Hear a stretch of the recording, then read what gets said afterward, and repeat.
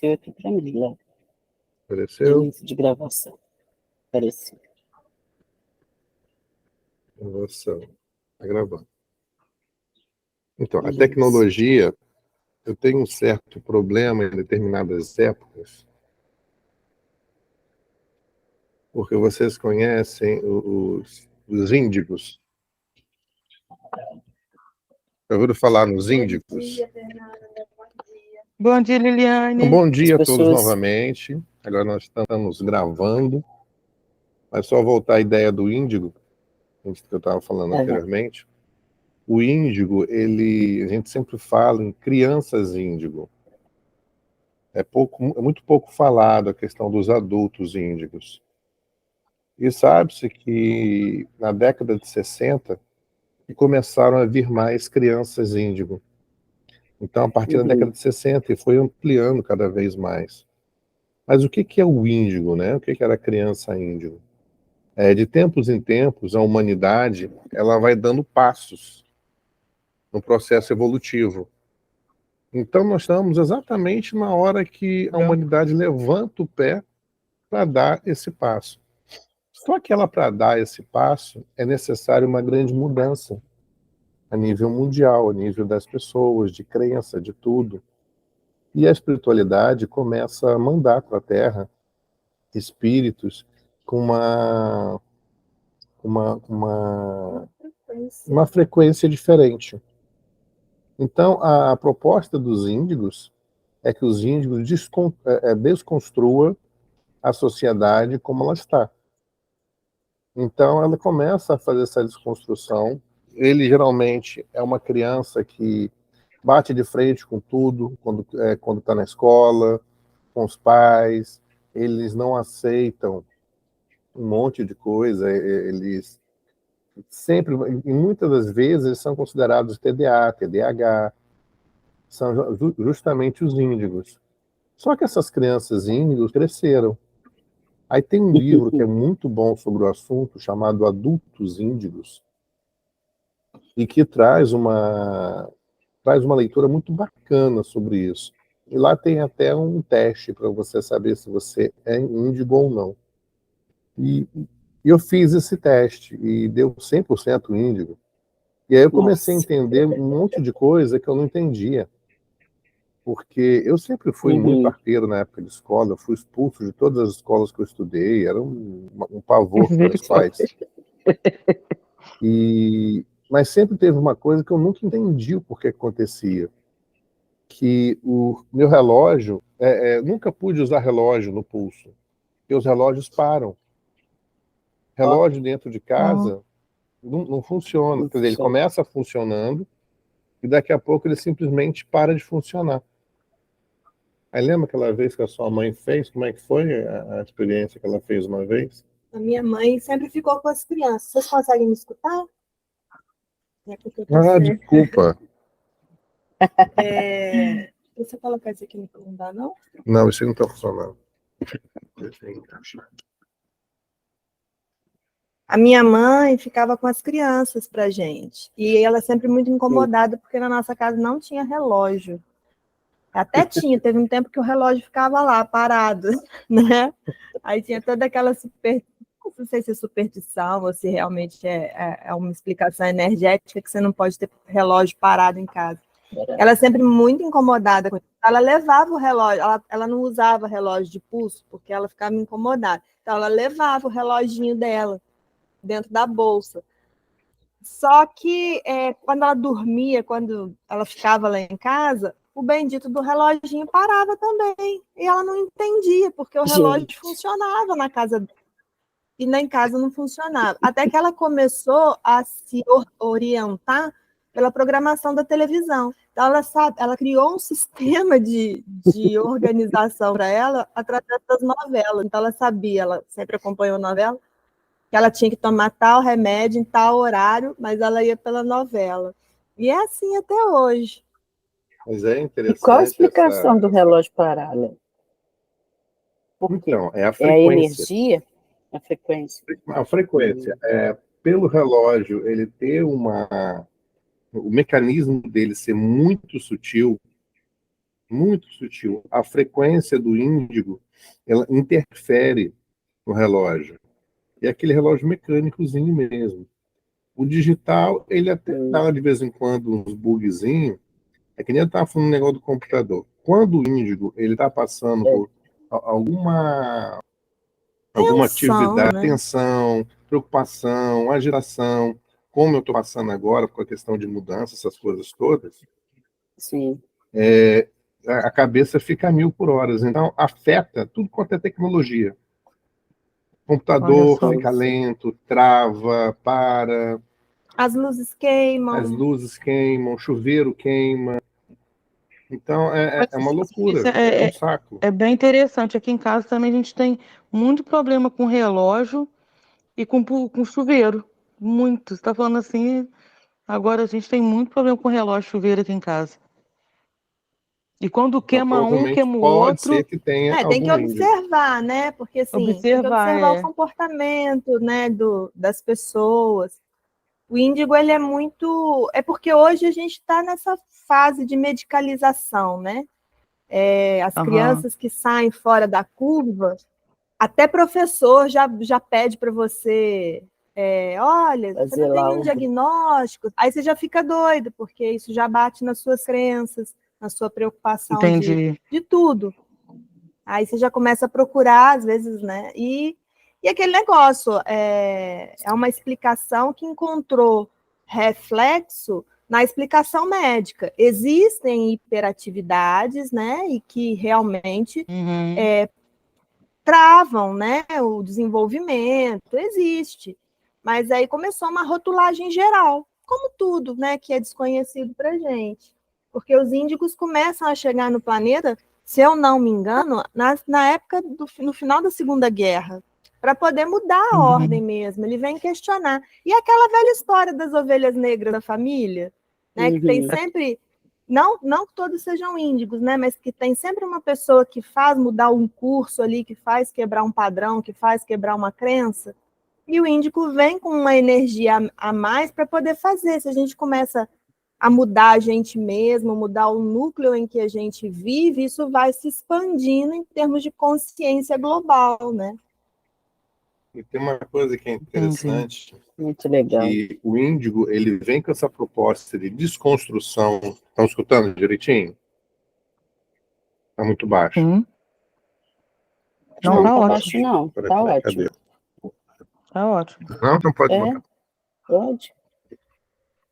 Então, o índigo ele vem com essa proposta de desconstrução da sociedade como ela é. Só que em determinado momento da vida, ele deixa de ser índigo, não todos, mas grande parte deles, e passam a ser cristal. E o cristal ele vem reconstruindo o mundo nessa nova pegada.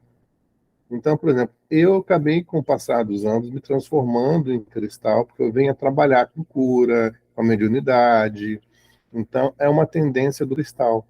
Isso é a frequência, né? A frequência da aura, né? A composição do corpo Exatamente. áurico, dos chakras. Cada chakra tem uma frequência. Essa frequência é expressa em cores, num espectro de cores. Então, o índigo, por conta do tipo de energia que ele movimenta, esse espectro tende para o anil, né? Para o índigo, para o azul. E o cristal já tem a aura multicor, porque a aura, né, nesse espectro todo colorido, se condensa, se constitui numa aura clara, né? Cristalina. Só que aparecem as cores nessa aura. Então, é frequência. É uma frequência. É muito interessante isso.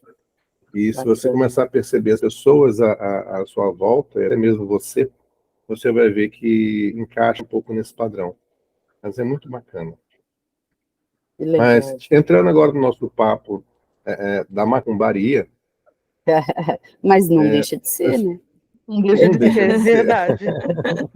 Verdade. Como eu falei, é uma arena livre, então os assuntos que foram surgindo a gente vai colocando na nossa Isso. mesa de café. Eu acredito que essa ideia vai dar certo, vai pegar.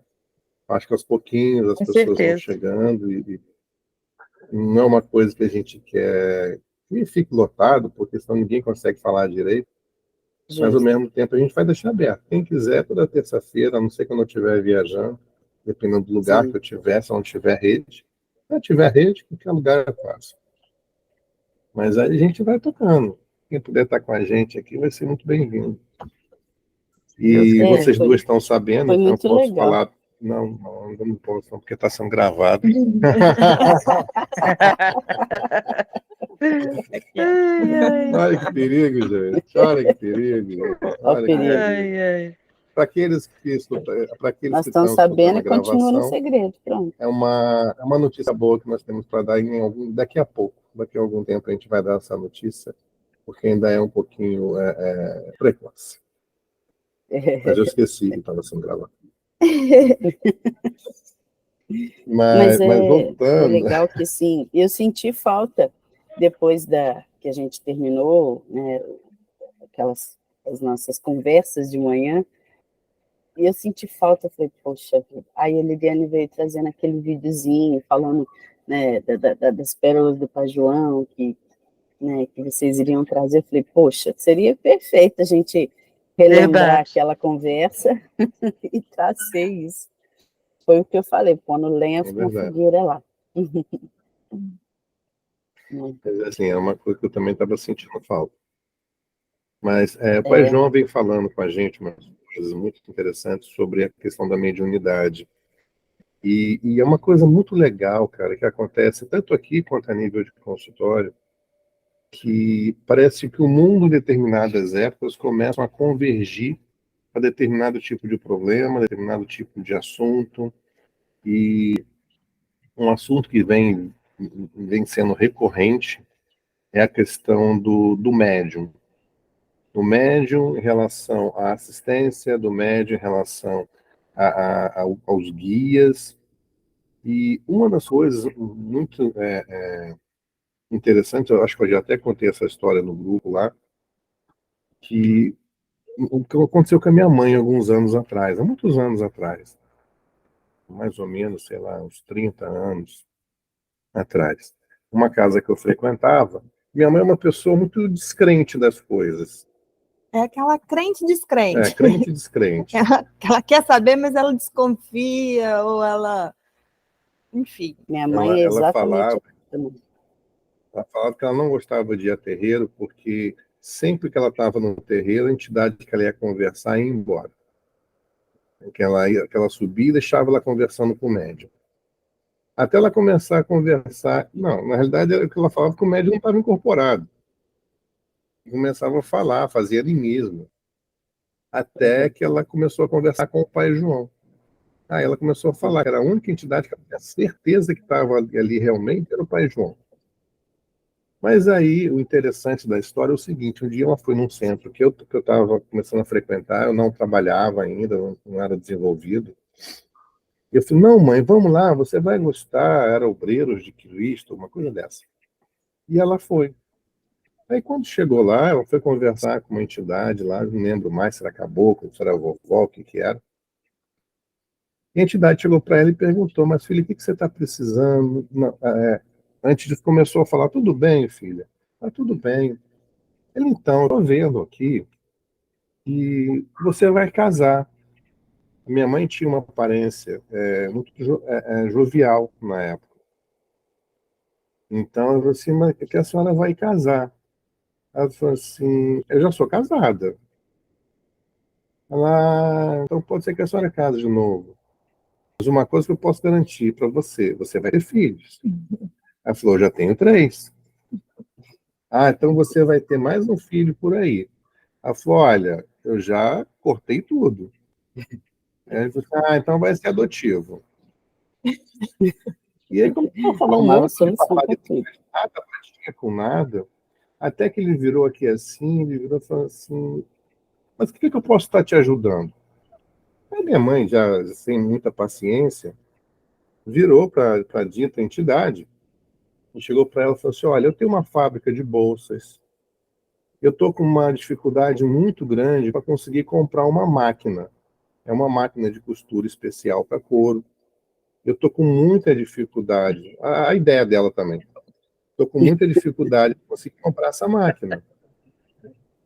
Aí a entidade falou assim, mas que máquina seria essa? Ela falou assim, uma 335 da FAF. Aí a entidade virou para ela e falou assim, olha, então eu vou falar para a senhora fazer o seguinte. O meu cavalo, o médium, né? O meu cavalo, ele assiste um programa nos domingos que é muito bom. Não sei se a senhora já assistiu aquele A Porta da Esperança.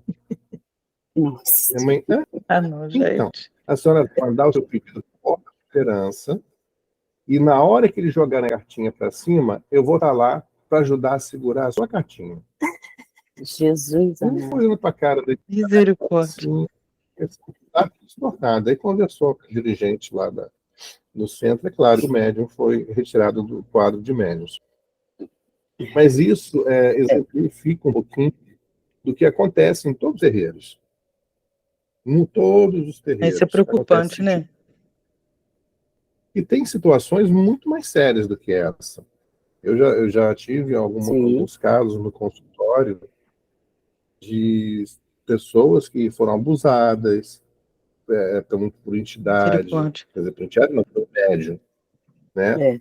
E coisa que a gente fala, que a gente percebe muito, que a mediunidade, ela não vem num pacote com a ética, com caráter. Não é um pacote, não é um combo. O cara é médium, então ele tem caráter, ele tem um ser superior, ele tem retidão moral. Não tem isso. Tem isso. O que acontece... Isso vai mesmo da pessoa, né? Luz começam a vir, começam a fazer o trabalho, o médium começa a se desvirtuar, começa a ir por outros caminhos, as entidades dele começam a perder a frequência com ele, começam a se afastar porque não conseguem manter a frequência. E aí os quiumbas começam a aparecer, começam a assumir o lugar daquelas entidades. E aí começam a fazer barbaridades. E aí que o Pai João, ontem, né, amor, estava conversando, aí o que ele falou? Explica. Não, aí o Pai João, ele fala que é um exercício tanto para o médium quanto para o consulente.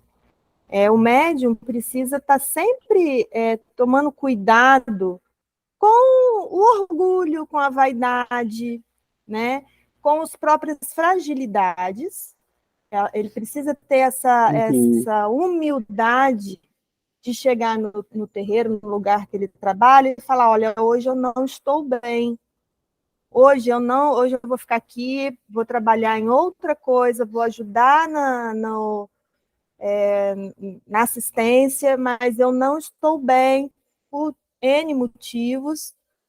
E também tomar cuidado com essa arrogância, porque as pessoas começam a associar mudanças que vão acontecendo na vida delas, porque elas estão ali consultando a entidade, fazendo todo um tratamento que é através da espiritualidade, mas a ponte é o médium.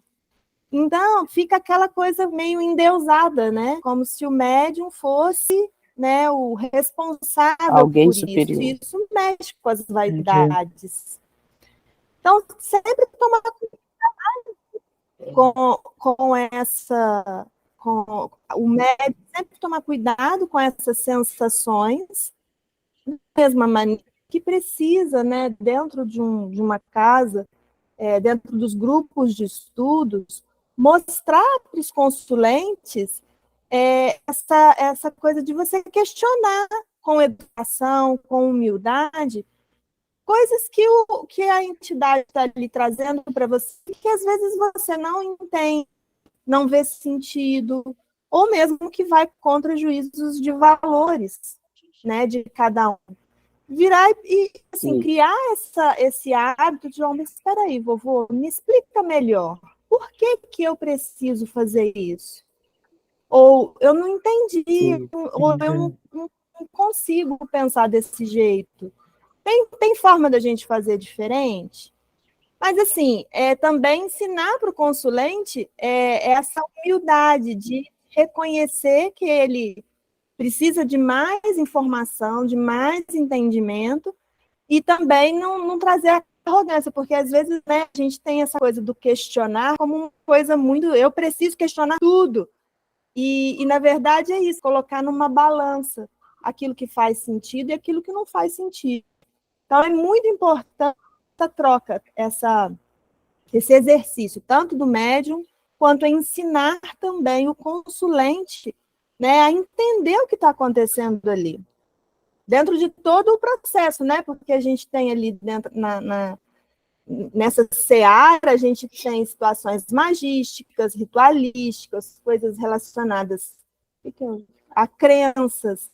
Então, é fazer com que esse entendimento alcance todas essas esferas. Acho que, né, é por aí, assim, essa mensagem que o Pai João traz. Tanto, né, para esse desenvolvimento mediúnico daquelas pessoas que têm esse caminho, quanto também para auxiliar o consulente a entender o processo. E a Helena, hoje, na live dela, ela vai falar um pouquinho dessas situações, só que pelo médium. Ela, como médium dentro de uma casa, situações que ela vivenciou em alguns terreiros. Ela passou por vários terreiros, ela vem passando, ela está buscando um lugar que ela se sinta realmente bem. Então, ela vem passando, fazendo essa romaria, vamos dizer assim. E ela vai contar um pouquinho para a gente essas histórias. Eu conheço algumas delas, realmente são incríveis. E vem mostrando que essas falhas da Umbanda. E foi o que a Liliane estava falando. É necessário, muitas vezes, a gente questionar. É um questionamento que tem que ser um questionamento extremamente respeitoso. Não é qualquer coisa que a entidade fala que você começar a colocar a entidade na parede. Não é isso. São aquelas que colocam em xeque a sua moral e a sua integridade física. Por exemplo, a entidade, um Exu virar para você, você vai fazer um trabalho à meia-noite no cemitério XPTO, onde você sabe. Então, como é que você vai fazer isso? Vai chegar para ele e falar assim, Exu, sinto muito, mas é uma região muito perigosa, por questões violentas. Ah, filho, mas eu vou estar... Ah, filho, não, né, moço? Ah, moço, mas eu vou estar com você te protegendo. Eu falei, não, Exu, eu acredito, eu tenho certeza nisso. Mas, por precaução, eu prefiro fazer outro trabalho. Você poderia me substituir esse trabalho por outro trabalho, outro horário, que não seja um horário tão perigoso, porque vai colocar a minha integridade física em risco. Sim. Com certeza. Ou questões morais, é um problema que tem muito, é a questão de assédio em relação a processo mediúnico, assistência, vem procurar trabalho. A gente viu isso lá em Abadiânia, o que acontecia lá em Abadiânia, que o João de Deus, ele pegava, se dizia incorporado, e realmente eu acredito que estava incorporado no início. Tanto é que realmente muitas curas foram feitas em Abadiânia. E o João de Deus realmente tinha essa mediunidade. Só que com o passar do tempo ele foi se desvirtuando. Não só a questão da relação com a assistência, mas também a relação financeira, foi se metendo com armas, desvio, verba do centro, e por aí foi. Ou seja, colocou em xeque a moral dele, e com isso que uns se aproximaram e tomaram conta de todo o processo. E aí era um questionamento que eu fazia muito, assim, gente, mas como é que essas mulheres eram abusadas e voltavam lá durante várias vezes para continuarem sendo abusadas? E isso para mim não fazia sentido. Eu não conseguia entender. Até que eu tive, há alguns anos lá no consultório, alguns meses no consultório, uma pessoa que passou por um processo muito parecido com esse. Ela viveu uma situação de abuso e, repetidas vezes, ela acabava retornando naquele médium, como se fosse um tratamento. E ela simplesmente não conseguia enxergar, por mais que aquela situação incomodasse demais a ela não conseguia botar um freio naquilo. Porque para ela, realmente, aquilo era uma entidade que botava medo nela, o jogo de chantagem, porque se você não fizer, vai acontecer uma desgraça com sua família, se você não fizer, vai acontecer uma desgraça com seus filhos. E como você confia demais naquela entidade, você simplesmente vai fazendo. E aí eu comecei a entender o que acontecia em Abadiânia. É muito forte, é muito sério. A pessoa fica refém. E Porque ela você fica começa refém. acreditando naquela entidade, a entidade acaba se afastando, porque não consegue continuar trabalhando com o médium, e o quiumba assume aquela identidade. E aí começa a fazer. E ela fica refém, achando que dá a entidade, né? Não, em mas o momento Pai nenhum João se ele dá traz conta uma da coisa pessoa. também que é muito importante. Ele fala que a responsabilidade.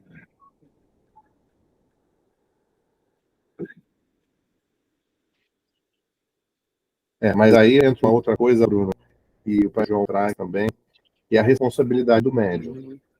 Nada disso vai tirar a culpa do médium das besteiras. Sim. Porque o médium ele é responsável por tudo que acontece enquanto ele está incorporado. Porque, por exemplo, quando eu estava lá no terreiro do Júnior, Sim. A casa precisava que eu trabalhasse com incorporação.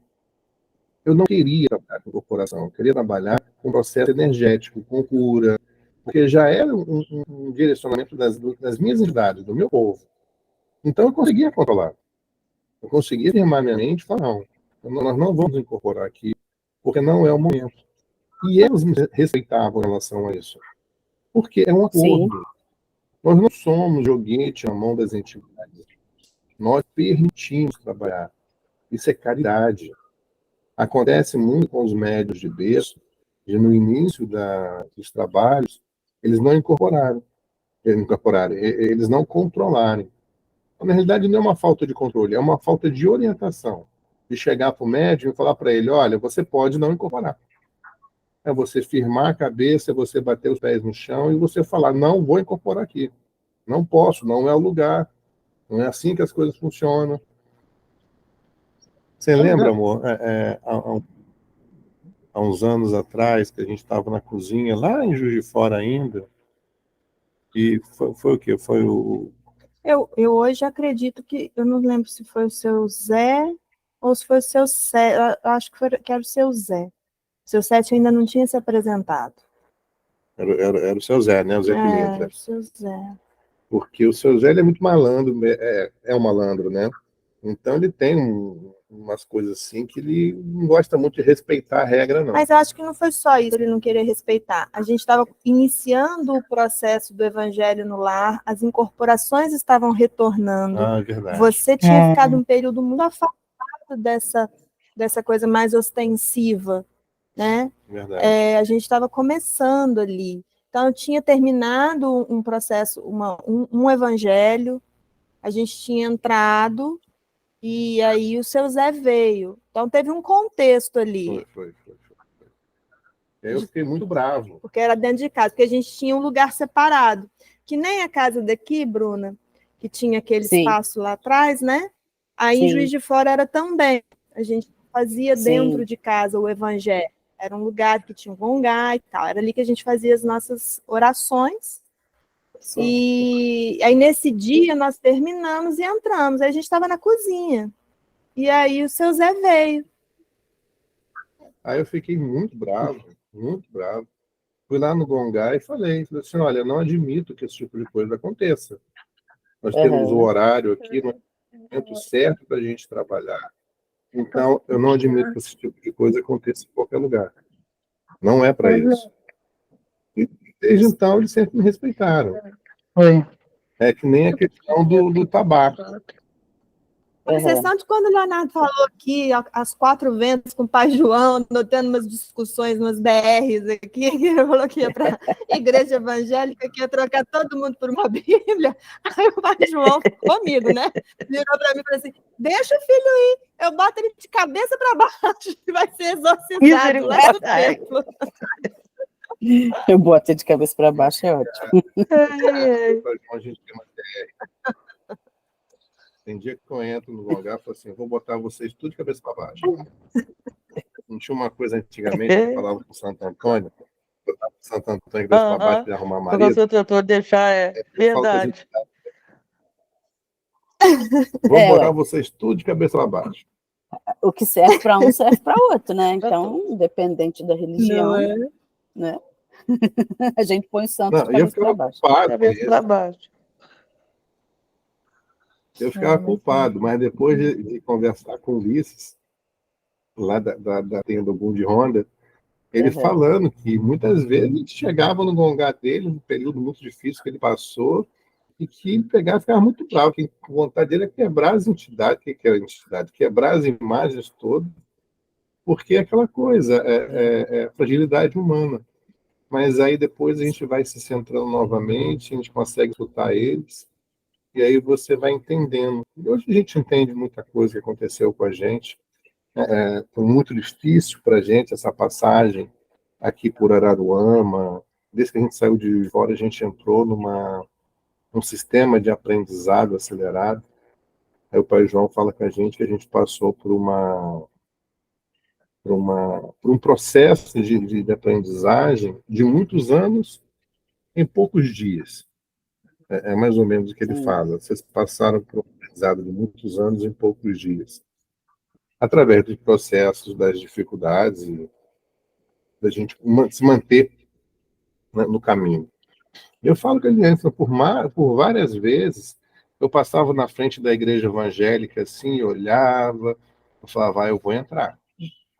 Eu vou entrar, vou ser pastor, vou acabar com esse trem. Não, chega, não aguento mais isso não, é tanta dificuldade. Eu vejo aí o pastor, tudo nadando no dinheiro, tudo folgado. Pô, macumbeiro é tudo ferrado.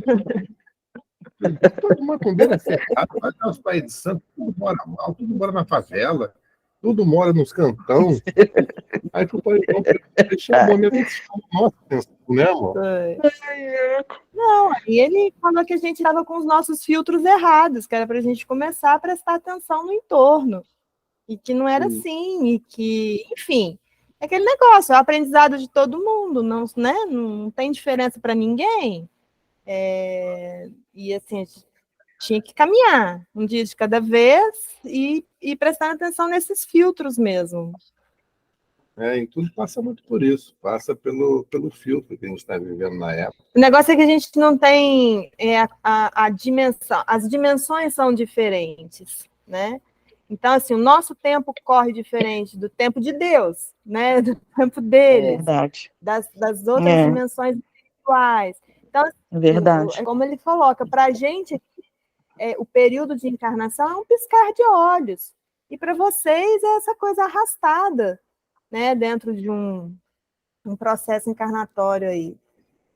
E aí, são os questionamentos humanos que a gente tem, né? Verdade. Vocês estão contando essa história aí, e eu estou lembrando de uma situação que eu vivi há pouco tempo, e foi muito, muito interessante, muito, muito semelhante com o tema que vocês estão trazendo.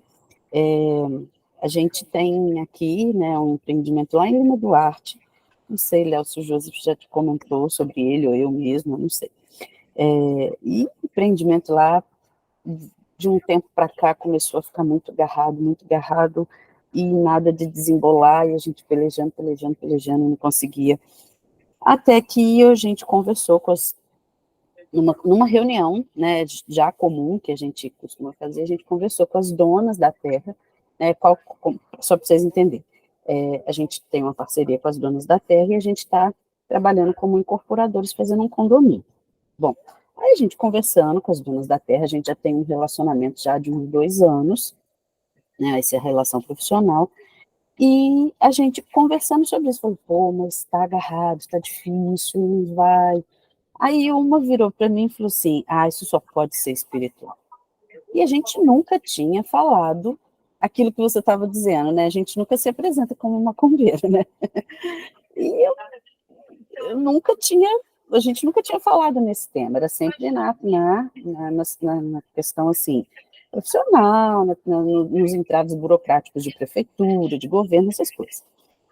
Aí, eu falei, você tem toda a razão, apesar de eu nunca ter pensado por esse caminho, nunca ter visto ela.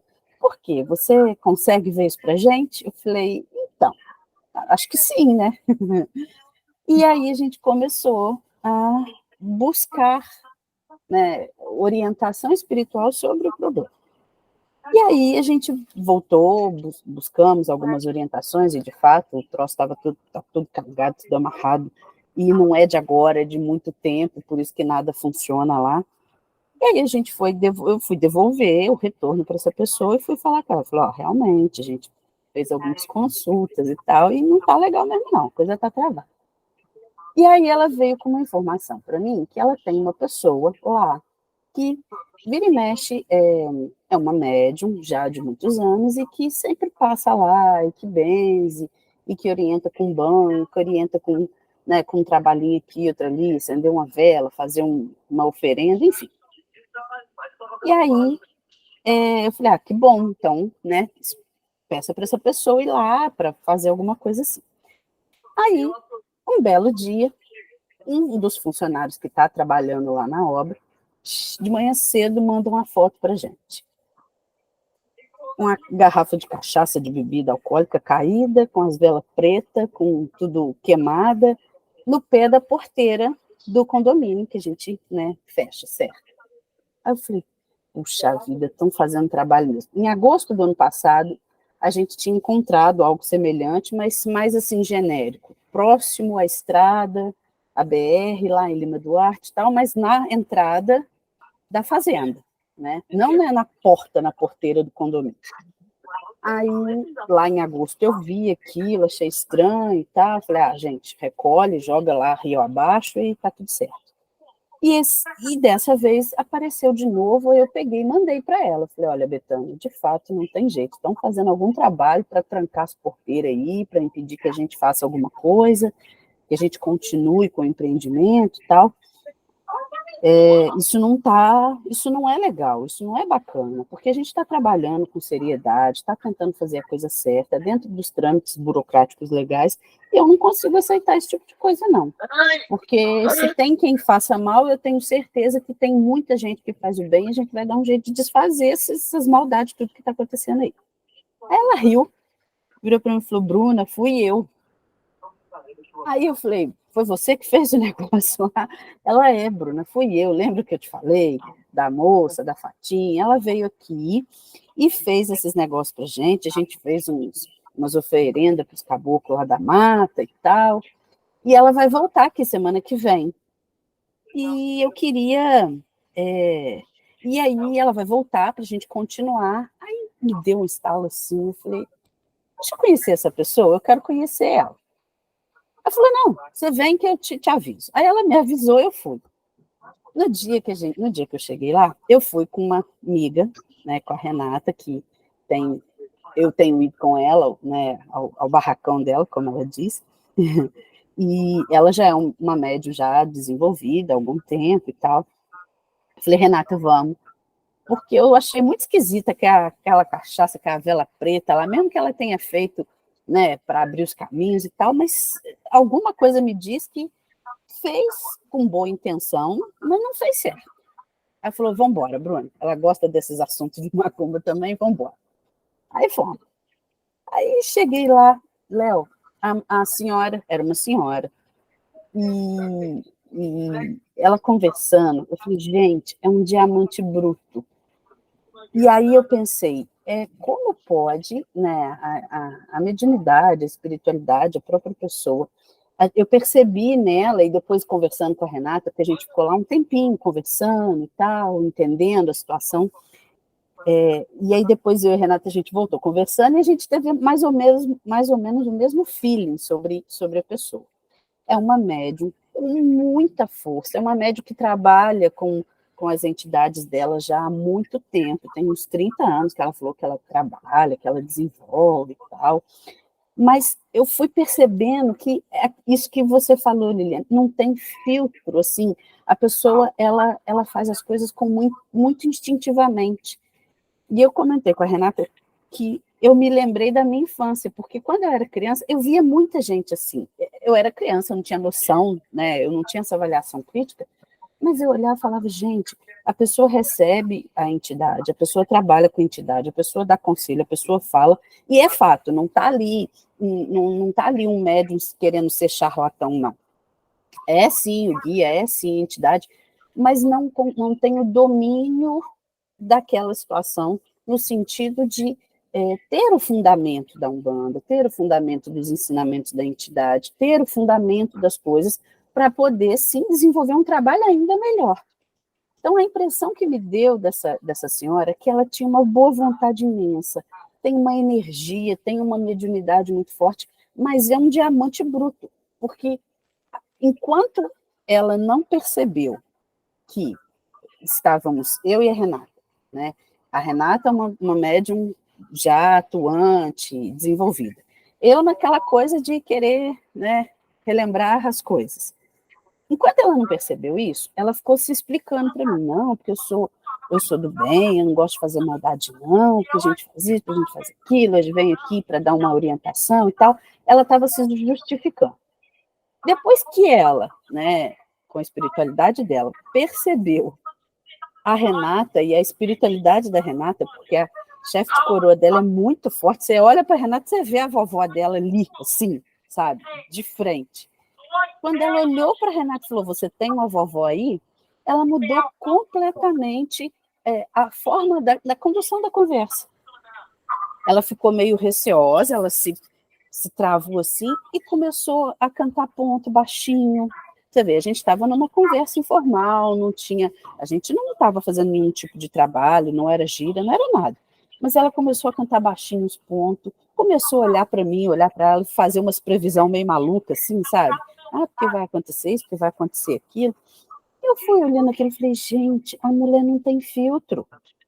Ela tem a mediunidade, a gente é perceptível, né, a força que ela tem, pelo tempo de trabalho dela, de desenvolvimento dela, mas ela não consegue filtrar, que naquele momento a gente não estava ali, a gente estava querendo intimidar ninguém, pelo contrário, eu só queria saber quem que era a pessoa, e tipo assim, bom, vamos fazer então um negócio, uma coisa só para todo mundo, porque eu estava daqui tentando organizar alguma coisa para melhorar o assunto. E ela lá, com os meios, com os recursos dela.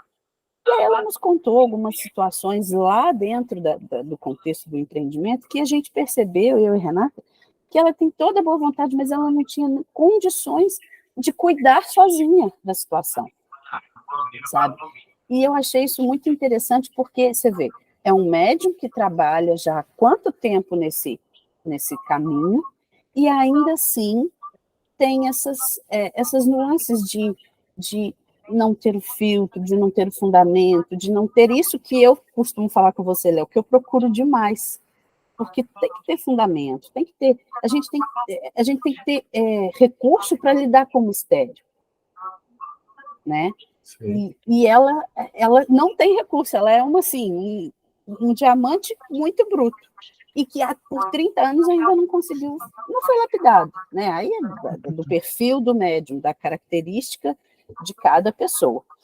As entidades estão ali para auxiliá-la nos trabalhos, no que ela, né, pretende fazer, mas eu acho que se ainda tivesse esse fundamento, essa conversa, esse entendimento, essa clarificação, porque aí a gente vai desmistificando as coisas, a gente vai tornando as coisas mais nesse entendimento da vibração da energia, algo mais natural, né? O que foi muito engraçado, porque quando ela percebeu né, quem éramos nós ali na conversa, ela começou a chamar os pontos, ela começou a fazer umas previsões, ela olhou para mim e falou, ó, uma loura vai roubar teu marido. Eu olhei para a cara dela e falei, gente, que tem nada a ver uma coisa com a outra, né? A loura vai roubar teu marido, não sei o quê. Você anda muito cansada, vai dormir um pouco. Eu falei, tá bom, muito obrigada. Mas você... Eu falei, gente...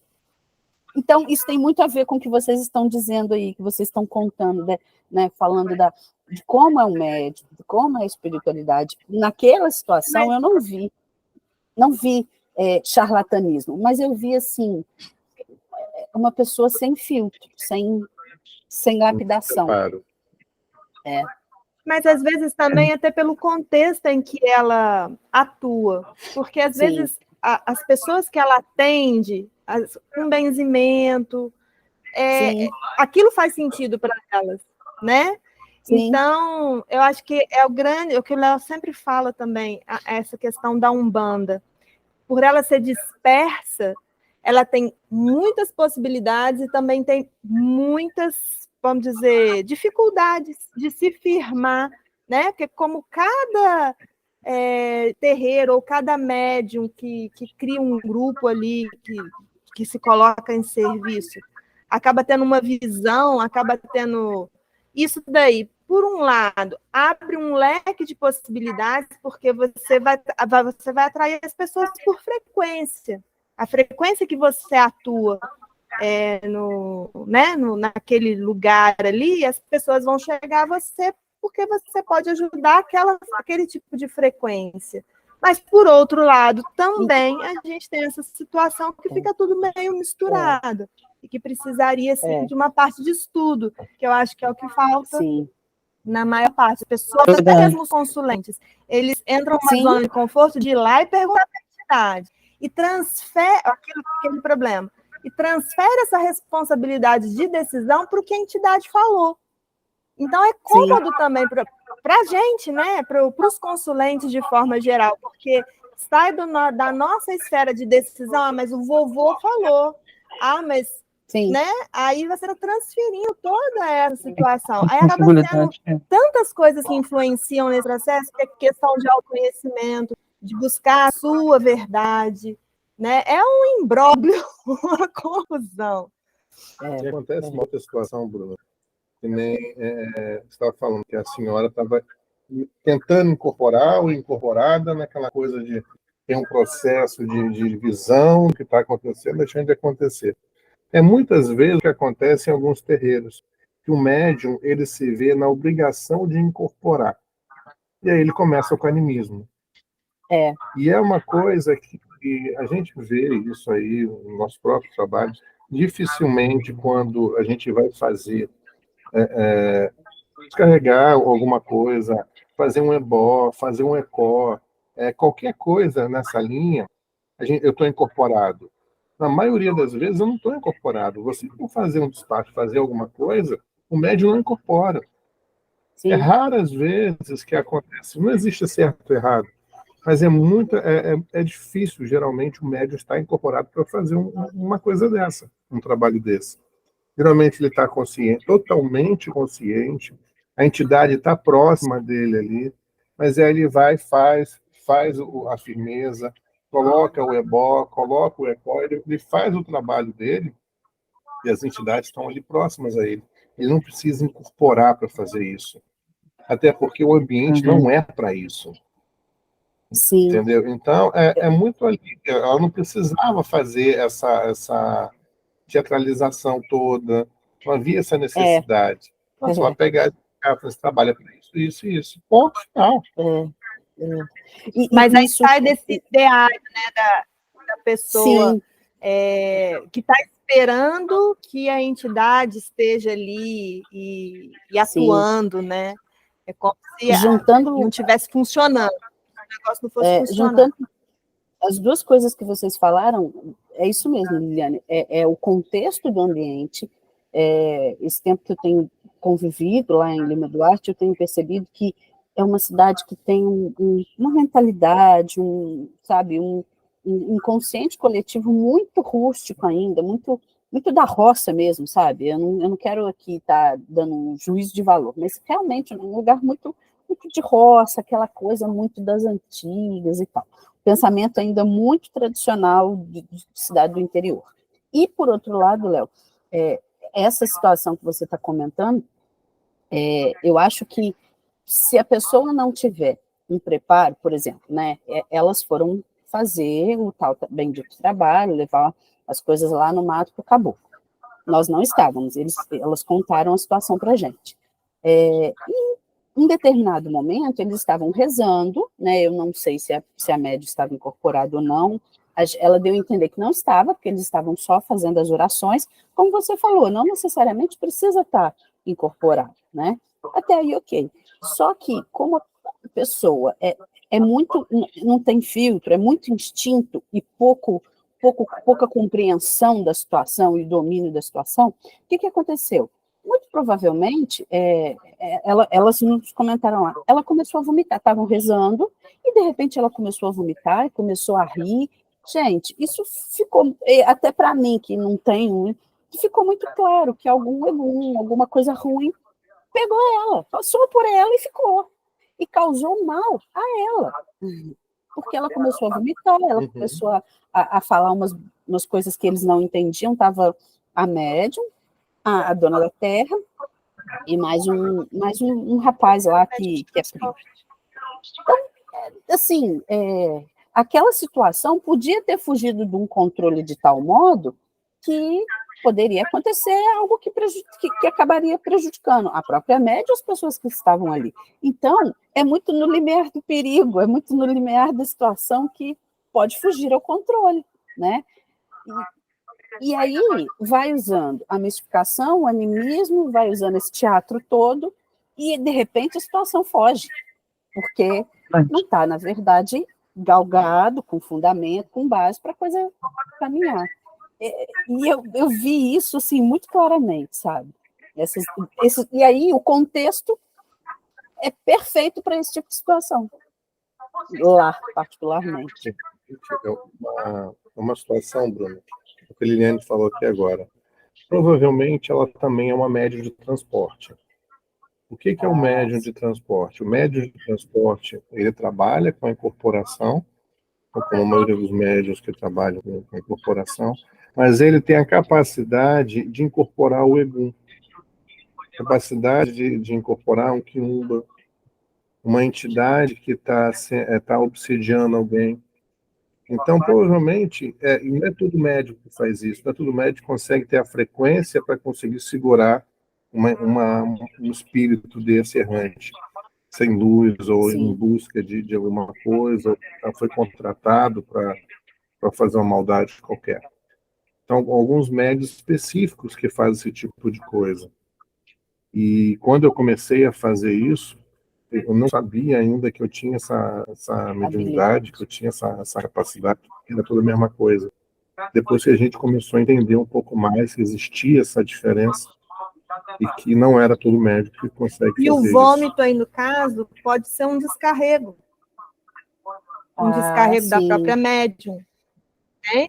Ela colocando, então, alguma energia ali que foi descarregada e ela colocou para fora. Entendi. Entendeu? Pode ser, não sei, né? Mas nem ela. Nem ela sabia o que estava acontecendo, porque eu perguntei para ela, você lembra? Eu não lembro de nada, não.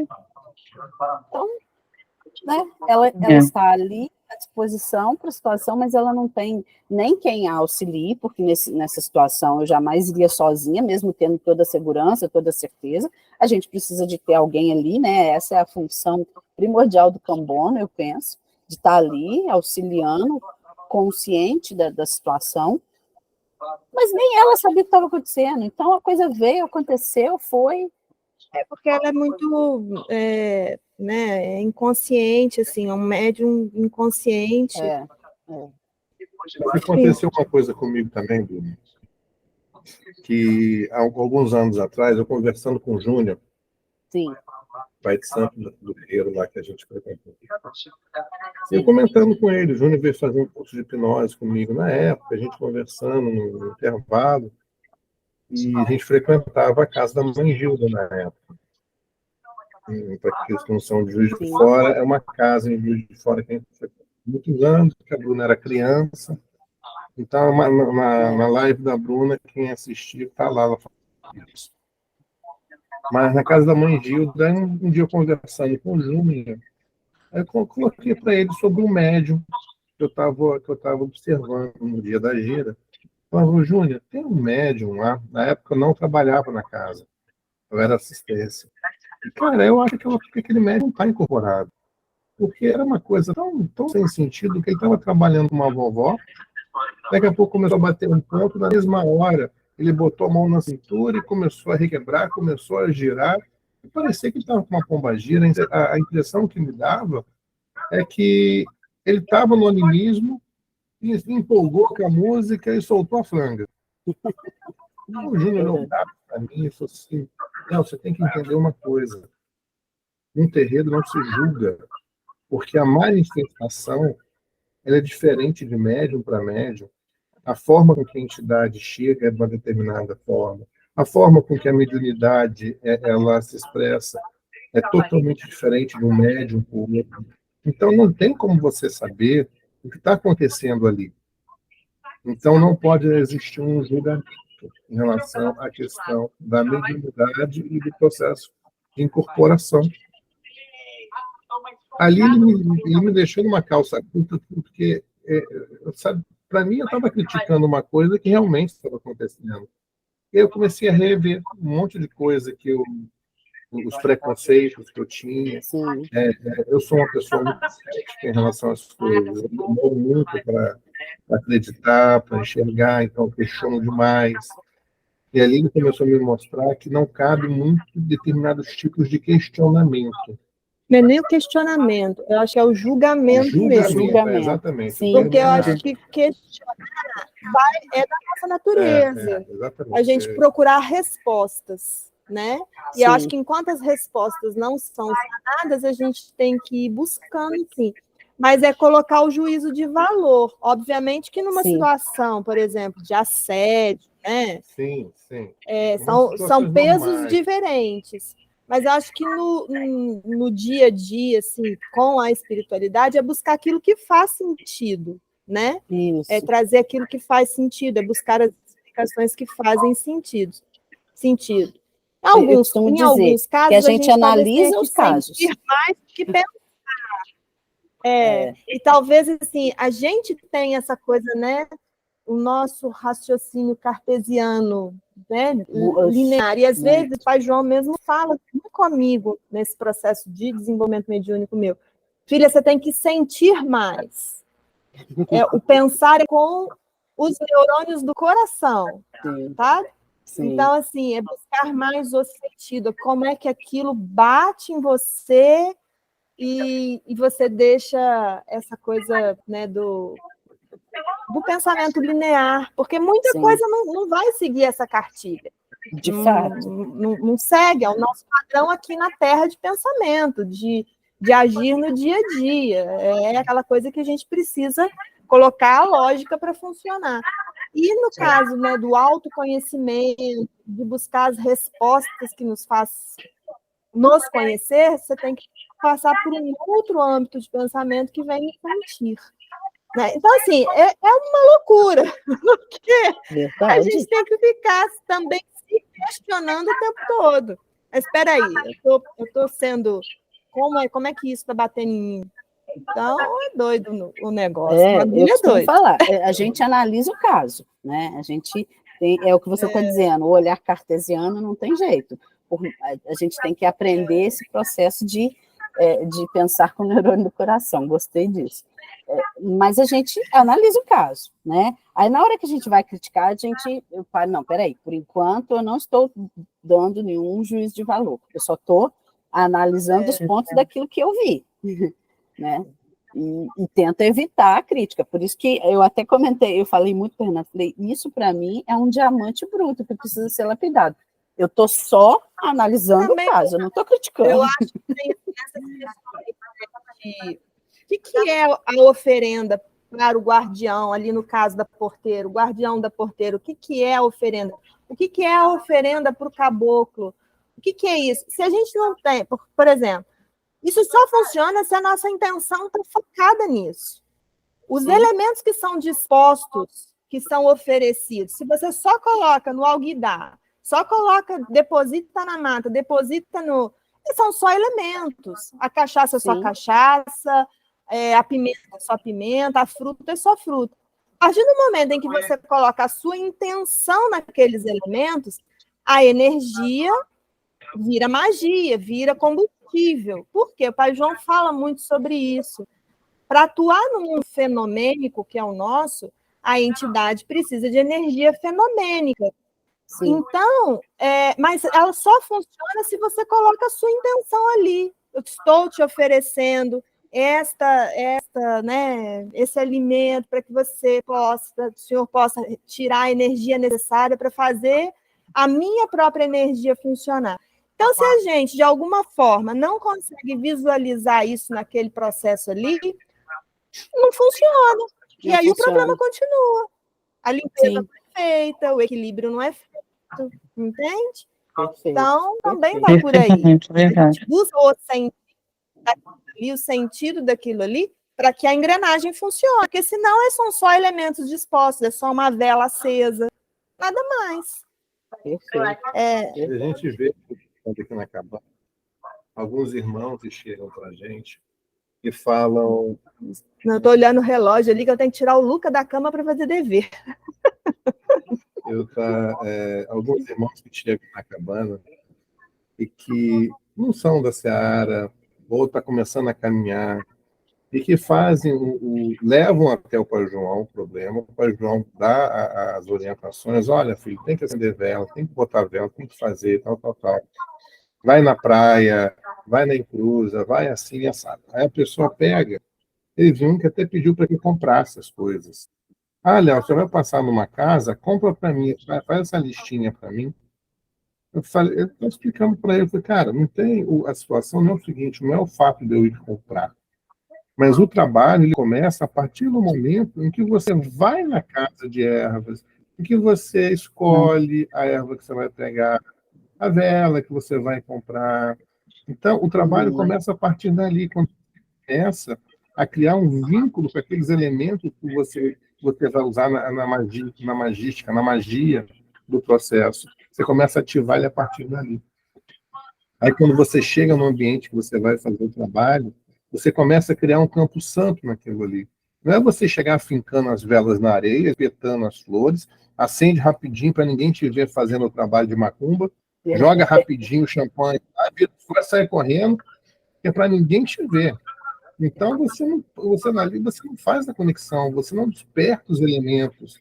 Aí a pessoa chega para a gente e fala assim, olha, eu fiz os trabalhos, mas nada aconteceu. Nem poderia, né? Não, teve um que a gente acabou até rindo da situação, que debaixo de chuva, né, amor? Ele foi fazer um trabalho debaixo de chuva, aí chovia, apagava as velas, era uma confusão. Eu acho que ele até te ligou no dia, né, na hora, não teve um negócio desse? Foi, acho que foi. Teve uma coisa dessa, eu não lembro, porque é muita gente, a gente acaba esquecendo. Mas passa muito por isso, por essa questão da pessoa parar e ativar. E usar, falar assim, não, gente, se está chovendo, não dá para fazer hoje. Eu vou ter que fazer num outro momento. Porque dentro da Umbanda, uma coisa que o filho tem que entender é o seguinte, a gente faz aquilo que é possível. Você não tem que fazer aquilo que não é possível ser feito. Você tem que fazer um trabalho na sexta-feira às 6 horas da tarde. Chegou, está uma tempestade. Você vai debaixo de chuva para a encruzilhada fazer trabalho? Não vai. Não tem que ir. Vai esperar apagar essa chuva e vai fazer no dia seguinte. As entidades vão entender isso. Não existe uma rigidez dentro disso. Existe uma orientação. Para fazer o mais rápido possível, de você colocar, né? Porque às vezes também a gente, no nosso comodismo, a gente vai protelando. Ah, eu tenho que ir lá nessa erva, eu só vou achar em tal lugar assim, não vou lá hoje, não.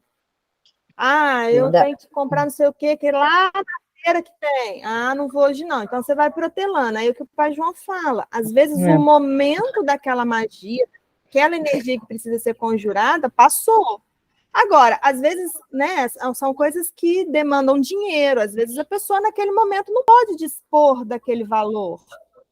Ok, então quando for possível, aí tem que ver, né, todo dentro da sua esfera ali, a necessidade, pesar isso, não, eu posso, né, deixar de fazer isso para fazer isso agora?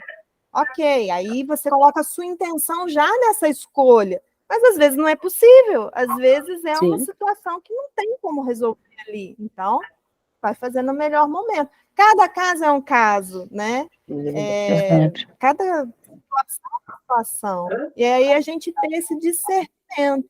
Porque a gente não está fazendo uma troca com a entidade. Ah, eu estou te dando isso, você me dá aquilo. Não é isso. O objetivo dessa troca energética ali é movimentar a energia que às vezes está faltando na gente. É fazer essa roda girar, mas a partir da gente mesmo. Não é uma barganha. É porque tem uma mensagem de terreiro que fala assim, eu já dei de comer para o Exu. E aí, num pensamento mais simples, fala assim, ele precisa comer aquela oferenda, ele precisa se alimentar daquilo ali. Não é isso, né? Meninas, uma coisa, Fernanda. Oi? Não consegui entender. Quer comentar alguma coisa?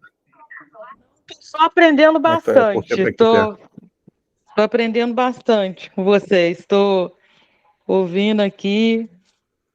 Estou mesmo hoje só agradecer por esse momento de estar aqui com vocês. A gente é que agradece. A gente É muito bom, Maravilha. né? A gente ouvir essas experiências. É muito maravilhoso. Fico muito feliz de ter você com a gente, Fernanda. Só que agora nós vamos encerrando. Quem tem que botar a criançada para fora da cama. Com certeza. E o dia começou. Gratidão por tomar esse café com a gente aqui. Semana que Amém. Semana que vem a gente estamos juntos, se Deus quiser. Vamos estar aqui sempre. Beijo. Deus abençoe todos nós. Beijo, Fica com Deus. Todos nós. Bom dia para vocês. Boa semana. Tchau. Vocês também. Tchau.